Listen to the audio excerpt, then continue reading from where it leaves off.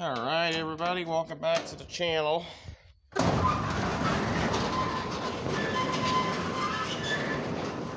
I'm opening this door so you guys can see the tractor, because I was going to upload the other update video, but it didn't turn out very good, so I'm just going to do this one, start over. I'm going to shorten it this time because my software didn't work last time. So welcome back to the channel. Today is Sunday, September the 28th. I'm not going to be out here very long because I've got Chicago Cubs coming up at 1:45, so I have to get back in the house here. So I'll give you a quick update on the Massey Ferguson 90. If you guys have never seen this tractor, yes, this is my dad's tractor. This is our 1963 Massey Ferguson 90 gas. This is our number one. We've got another one. It's a number two, and it's a diesel. Well, we got another issue with it.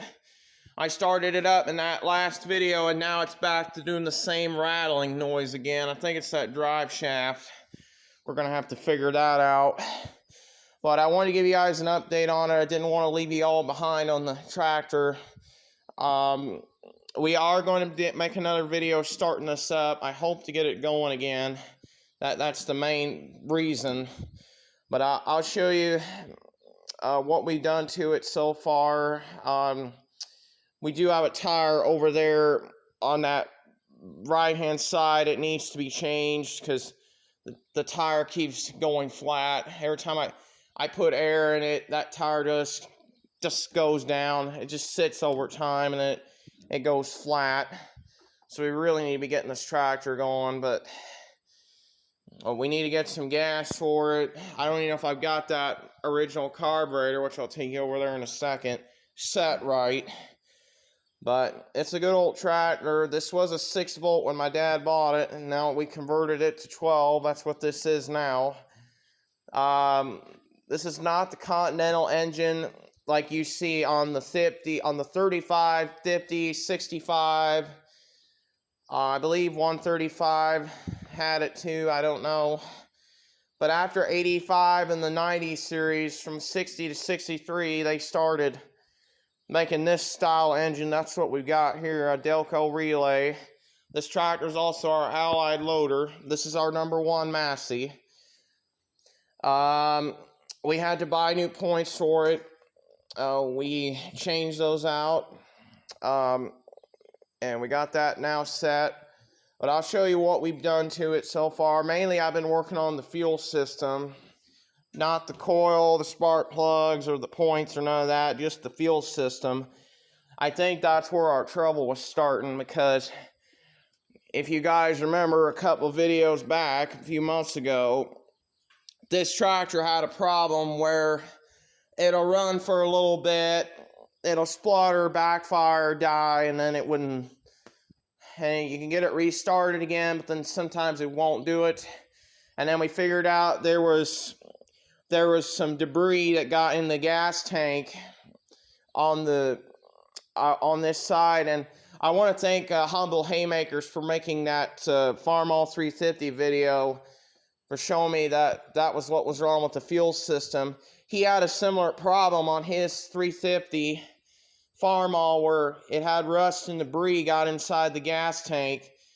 On mine, it was doing the same thing, but except mine, it had dirt inside the gas tank, and it was causing dirt and debris. I had an old cinnamon bowl on this.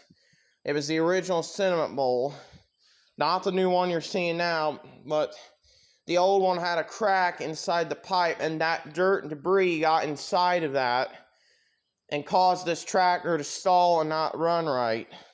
So I just want to give a shout out to Humble Haymakers. Thank you for that informational video. That really helped me get this tractor figured out. So, and I'm glad he did make that. I'm glad he did make that, because that way now I was able to figure out what was wrong with my Massey 90, and it was that dirt and debris that got inside the gas tank. So go check out Humble Haymakers if you haven't, because he's got a great YouTube channel. I love his videos. Another thing we need to do to this tractor, we need to fix the water pump. It's got bearings out. We need to fix that because of that. That needs to be fixed. But we can't do that until we get this running again. So, and I put a new sentiment bowl on it. I originally did have another sentiment bowl for it in case this one decides to junk out. I've got another one.